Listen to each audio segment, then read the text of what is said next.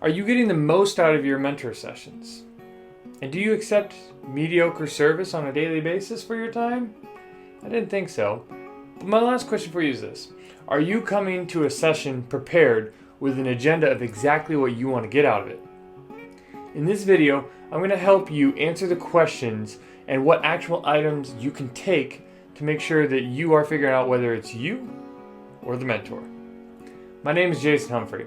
I help coding bootcamp students land their first high-paying job as a professional software developer. Over my last 5 years of mentoring bootcamp students, I've heard this come up a lot. And where it generally comes up first and foremost is through a lack of results that people are seeing. The next is the unhappiness they might have with their mentor, or even better yet, them just revealing to me the amount of effort both sides are putting in to the equation. Now, there are two ways to answer this. One is you are the problem. And the second is the mentor is the problem. Let's get started with the main culprit, and that is almost always going to be you. Let's get started with a couple questions to ask and reasons why this might be. First and foremost, like I said in the intro, are you coming prepared with an agenda? Are you making the most out of your sessions by bringing an agenda, taking notes, post-session notes, follow-up emails, checking in with your mentor if he agrees with the plan? Are you doing a lot of these extra things that make an impact? Also, are you letting people off the hook with the level of service that you demand? The question that generally comes up at this point is, okay, well, what can I do? First and foremost, you can come with questions, lots of them, and make them specific so that they have to be answered. The second is come with that agenda I'm talking about ahead of time to make sure you're getting exactly what you want out of the session. Take notes, and also review them later. Don't just take them and leave them, review them. And also put the necessary time in between sessions so that you're getting the expected results you want. Now, why do I mainly point this out to you that you are the main issue? Well, because at the end of the day,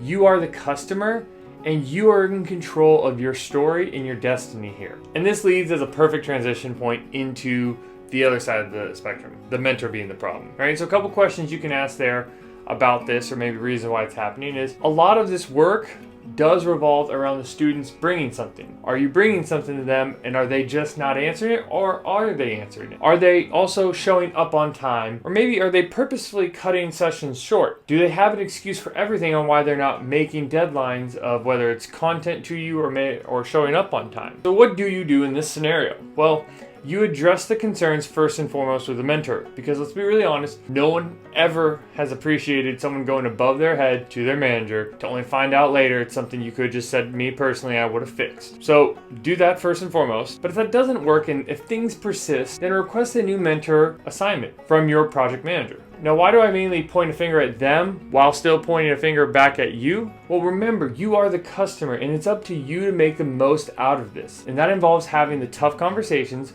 when it comes to your education. And I want to be clear here that in the majority of the time, in some capacity, it is normally still the student's fault. I say this because we're all humans. No one wants the hard road just for the sake of it. If someone lets you off the hook and it's easier, then, well, yeah, we're probably going to take it. So what I'm telling you today, though, is that you need to take the hard road. That requires more effort and attention by you. Now, once you do that, then you can begin to push other people to push you more and demand more out of your mentor. It all falls on you at first and lands secondly on the mentor. My call to action to you today is this. If you like today's video, make sure you give it a like down below. And if you want more tips, tricks, and guidance on the Ultimate Bootcamp Success Guide, well, not only am I putting short videos out that are from the Success Guide, but I'm doing a webinar every Tuesday on the Ultimate Success Guide in a bootcamp. So I encourage you, check out the comments down below. I'll make sure I either leave in the description or the comments so that you can join the webinar and learn all the tips and tricks I have to offer that I've learned over the last 5 years mentoring bootcamp students to get jobs.